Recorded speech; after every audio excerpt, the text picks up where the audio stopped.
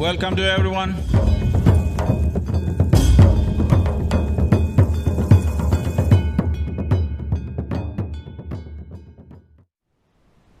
सद्गुरु, social media से दूसरा सवाल।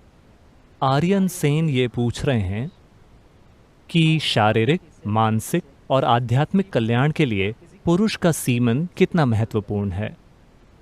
क्या अपने सीमन को बर्बाद करना हमें आध्यात्मिक रूप से नुकसान पहुंचा सकता है?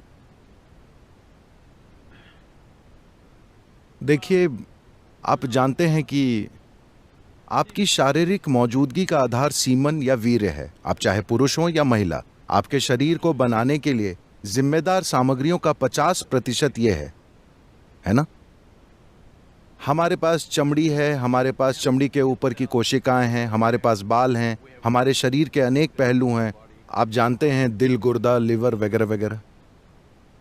अपने आप में इन सारी कोशिकाओं की कुछ न कुछ क्षमताएं हैं, लेकिन सीमन की क्षमता का स्तर जबरदस्त है। ये एक पूरा नया जीवन बना सकता है। आज आप त्वचा की एक ऊपरी कोशिका को लेकर प्रयोगशाला में बहुत कुछ कर सकते हैं और शायद हम आपका क्लोन भी बना दें। तो क्षमता यहाँ भी है, लेकिन इसका स्तर उन कोशिकाओं के स्तर जैसा नहीं है जिन्हें आप सीमन या वीर्य कह रहे हैं। So in the yogic culture this is called as virya. तो योग संस्कृति में हम इसे वीर्य कहते हैं।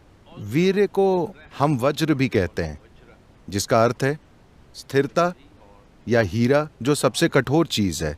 तो मानव शरीर में वीर्य को वज्र की तरह समझा जाता है, जिसका अर्थ है कि अगर आप इसका उपयोग करना जानते हो तो ये सबसे शक्तिशाली चीजों में से एक है। तो इसका उपयोग करने का मतलब ये है कि आप इसका उपयोग बच्चे पैदा करने के लिए कर सकते हैं। ये एक तरीका है। खैर, ये सवाल इसलिए आया क्योंकि आप इसका उपयोग हॉस्टल की चादर को बर्बाद करने में कर रहे हैं। ठीक है? अगर आप इसका इस तरह से उपयोग कर रहे हैं तो आप मजबूर हैं, आप जो कर रहे हैं वो कर रहे हैं। ये कोई ऐसी बात नहीं है जिस पर नैतिकता के आधार पर कोई राय बनाई जाए। सवाल यह है कि कोई किस हद तक मजबूर होकर कुछ कर रहा है। लेकिन क्या इस शरीर की किसी भी चीज को एक दूसरे स्तर पर काम करने के लिए रूपांतरित किया जा सकता है? बिल्कुल। केवल सीमन ही नहीं, इस शरीर की हर चीज को रूपांतरित किया जा सकता है। देखिए,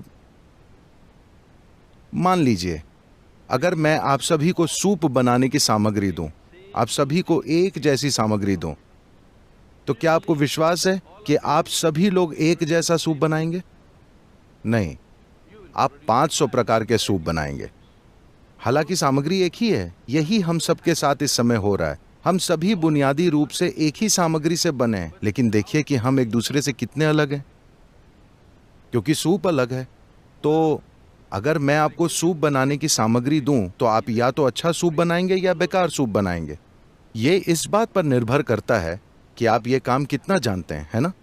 तो ठीक ऐसा ही हर चीज के साथ होता है, केवल सीमन के साथ ही नहीं। अपने मन और शरीर के हर आयाम को आप किसी जबरदस्त चीज में रूपांतरित कर सकते हैं, या आप इसे साधारण बना सकते हैं, या आप इसे गंभीर समस्या में बदल सकते हैं। जीवन के हर पहलू को। ऐसा ही जीवन के इस पहलू के साथ भी होता है।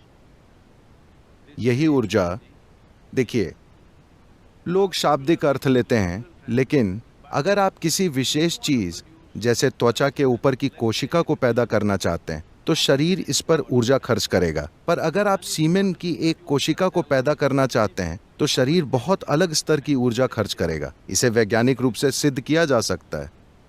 तो जब आप इसमें इतनी सारी ऊर्जा खर्च कर रहे हैं तो स्वाभाविक है कि इसमें एक क्षमता है, लेकिन क्या आप में उसे खोजने की काबिलियत है? क्या आप वो खोज करना जानते हैं? क्या ऐसा करने के लिए आपके पास साधना और मार्गदर्शन है? ये एक प्रश्न चिन्ह है।